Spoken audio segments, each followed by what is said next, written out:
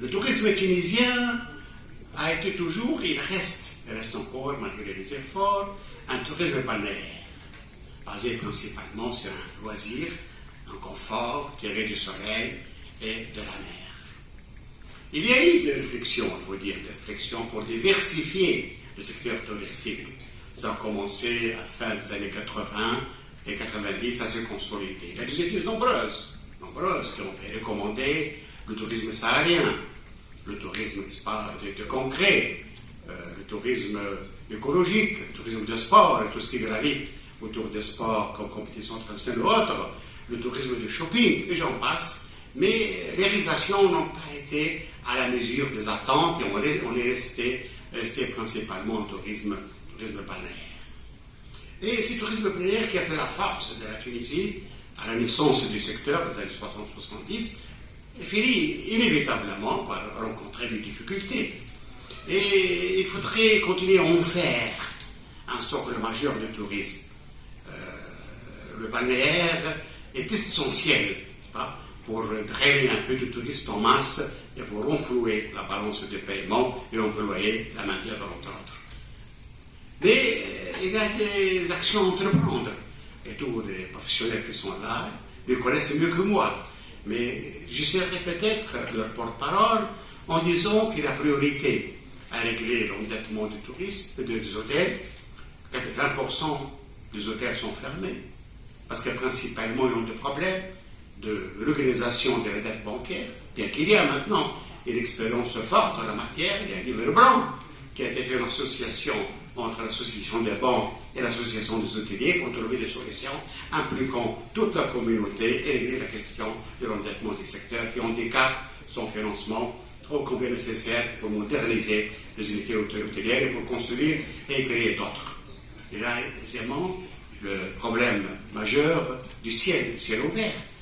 Les touristes maintenant refusent de prendre une ligne régulière pour venir visiter un pays. Ça coûte tellement cher. Le low cost, c'est la norme. Et le ciel ouvert est effectivement une question prioritaire qu'il faudrait analyser avec beaucoup de sang-froid en relation avec les tendances mondiales et en relation avec le problème de notre compagnie nationale. Il y a le problème de la propriété. Le touriste exige à ce qu'il soit dans un endroit où la propriété est au moins équivalente à ce qu'elle a chez lui. Force est de constater que la pauvreté n'est pas la règle dans nos villes touristiques, et même d'ailleurs dans les autres villes, parce que je considère que toute la Tunisie est une zone touristique. Nous avons tellement de charme et de points à visiter partout en Tunisie qu'on ne peut pas se limiter aux zones dites strictement touristiques. Vous avez également la question permanente et fondamentale de la formation, du recyclage des employés des cadres touristiques. Et là, effectivement, nous avons des atouts énormes. Il faudrait que nos écoles de formation, nos structures de formation s'adaptent pour donner un niveau permettant à ceux qui sont du secteur d'assurer un service. Ils le font déjà, il faut le dire, mais il faut toujours adapter le service et l'améliorer. Mais nous constatons, n'est-ce pas, depuis ces dernières années, quelques nouvelles tendances du tourisme à l'échelle internationale. Je les résumerai en trois tendances fondamentales. La première, c'est un peu cette entrée en force des technologies de la formation qui a ouvert de nouveaux horizons au secteur touristique. La réservation ne se fait plus maintenant via des agences de voyage. Se faisait soit directement, n'est-ce pas, par le consommateur touriste, soit via des plateformes.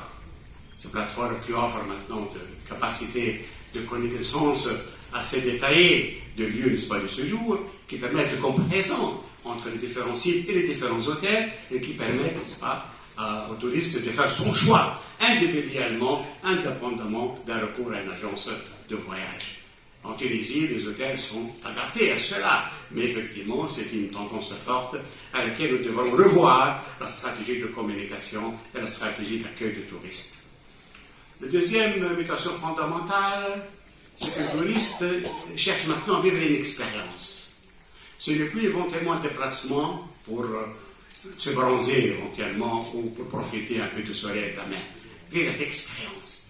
L'expérience de ce jour dans un autre pays, avec tout ce que ça comporte comme apport culturel, apport de connaissances, des civilisations autres, à part, n'est-ce pas, de prise, de sensibilité sur le terrain, de niveau, n'est-ce pas, d'instruction, du niveau de développement des différentes composantes de la société qu'ils visitent.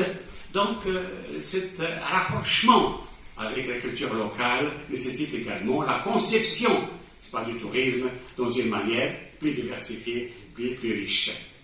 Troisièmement, nous constatons qu'il y a dans le choix touristique, il y a certains aspects financiers entre en jeu. Il y a des problèmes que j'avais indiqués, les services publics, mais il y a également un souci écologique majeur. Et d'ailleurs, nous le constatons dans tout le secteur. Le citoyen mondial maintenant est sensible un peu à un souci de sauvegarder la terre et de s'occuper un peu de l'environnement vraiment écologique. Et effectivement, le touriste fait un peu lui-même, d'une manière directe ou indirecte, son bilan carbone et sûrement visiterait un peu le site et les endroits dans lesquels les bilans carbone seraient le moins négatif possible. Alors tout cela a été la ligne conductrice de l'IACE quand on a conçu la manifestation d'aujourd'hui. Il a consisté sur de nouvelles opportunités, sur de nouvelles tendances du tourisme mondial. Et en quoi la Tunisie pourrait s'en accaparer et également en faire des axes de prospérité et de modernisation, d'innovation du tourisme mondial. Nous avons retenu, certes, on a failli, parce qu'il y a des choses qu'on n'a pas retenues, il y a des réflexions encore plus profondes que le professeur connaisse, mais il faut bien quand même arriver à un moment ou à un autre à construire une demi-journée de réflexion. Donc nous avons retenu 6 axes à peu près. Le premier axe, c'est le senior. Nous constatons que les seniors maintenant constituent une population très importante de la clientèle touristique. La population, surtout dans les pays développés, vieillit de plus en plus.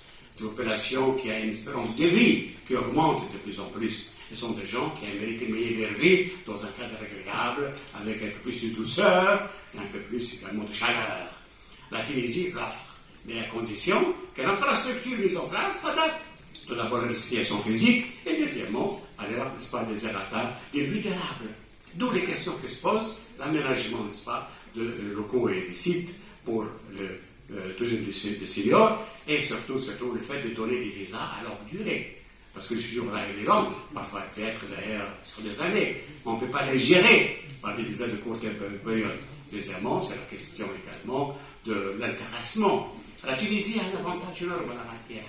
C'est qu'elle a dans sa réglementation, c'est pas une disposition fiscale qui, quand le retraité transfère sa pension en Tunisie, il paye l'impôt sur uniquement 20% de la pension. Donc il fait l'économie de 80% d'impôt sur sa pension. C'est un avantage énorme. Il est pratiqué avec la France, avec l'Italie, mais il faudrait que le soit avec tous les pays de la Communauté européenne principalement et pourquoi pas d'autres pays. Donc nous avons cette opportunité d'être un pays visité par les seniors. Je ne parlais pas de seniors pour venir d'Asie. Le Japon, la population vieillit énormément.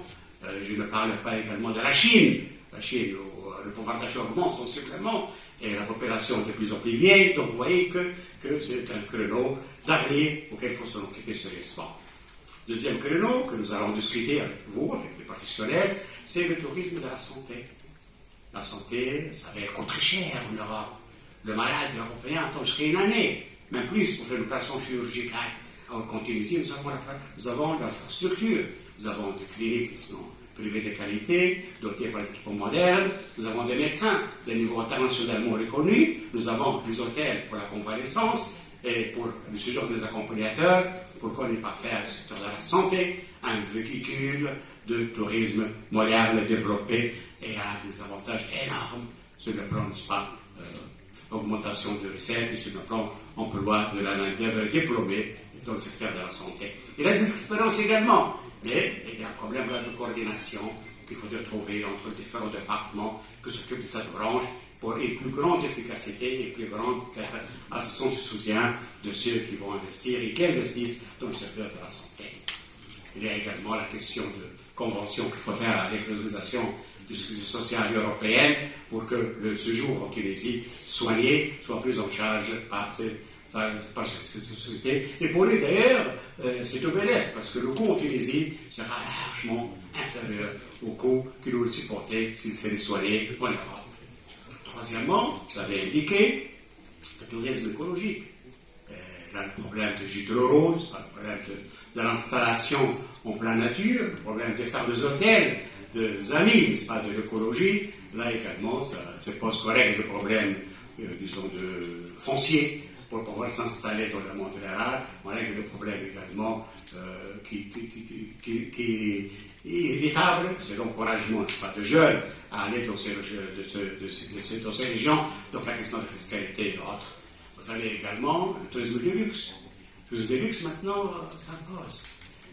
Le nombre de milliardaires, je ne parle pas des millionnaires, hein, ça c'est tellement important, le nombre de centaines de milliardaires est en train d'augmenter énormément, et ces gens-là aimeraient avoir une infrastructure, touristique correspondante à leur capacité financière, à leur mode de vie. Et effectivement, la Tunisie devrait régénérer la notion de tourisme de luxe pour pouvoir effectivement drainer vers notre pays, n'est-ce pas? Ces gens-là, ça se pose inévitablement. Parce que tout l'environnement change, parce que le luxe, ne se réfère pas uniquement à l'hôtel, se réfère à tout l'environnement de l'hôtel. Le transport, l'accueil, le déplacement, le service, et ainsi de suite, la restauration. Là, c'est un concept nouveau qu'il faudrait faire vivre parallèlement par le traditionnel pour pouvoir effectivement profiter de ces bénéfices réels et de ces effets induits sur la renommée et la réputation de la Tunisie. Nous avons enfin les maisons d'hôtes. Les maisons d'hôtes, nous avons dans nos villes de vieux palais qui sont en ruine, qui pourraient être rétablis, réhabilités, pour servir de maisons d'hôtes traditionnelles sur le plan architecture, mais qui offrent un cadre original, un cadre exotique, un cadre recherché par un plus grand nombre de touristes. Il y a un thème avec lequel je termine, que nous avons évoqué avec, je dirais, beaucoup de réflexions assez fortes. C'est le tourisme chez l'habitant. Maintenant, nous constatons un envolé, grâce, n'est-ce pas, aux plateformes que vous connaissez, de tourisme chez l'habitant.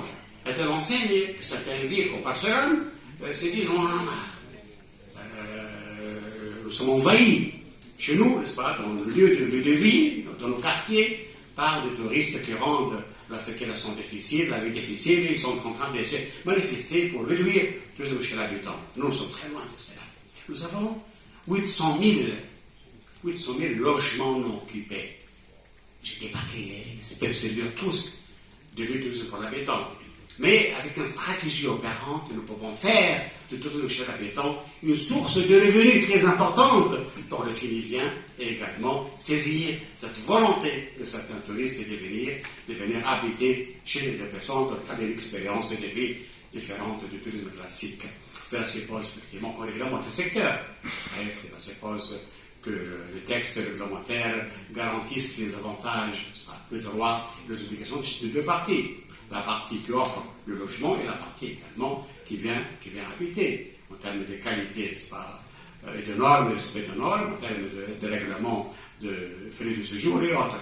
Et cela nécessite une réflexion interdépartementale pour cela. Donc vous voyez que nous avons des mutations, et fort heureusement que ces mutations, la Tunisie peut les adopter et peut en tirer profit rapidement. Il faudrait pour cela, comme l'a dit notre président, revoir la réglementation, l'adapter, c'est tout à fait normal que les choses doivent bouger. Le secteur touristique, elle est assez ancienne, elle a permis de développer le secteur de nombreuses années, est venu le moment de l'adapter. Il faut également une stratégie, une vision. Et cette vision devrait, à mon avis, faire, n'est-ce pas, de la coordination, de la symbiose entre différents départements concernés, une obligation pour une décision rapide, cohérente, et il faudrait également une vision plus générale, plus large, considérant le secteur touristique est réellement un secteur prioritaire pour le développement de notre pays. Merci beaucoup.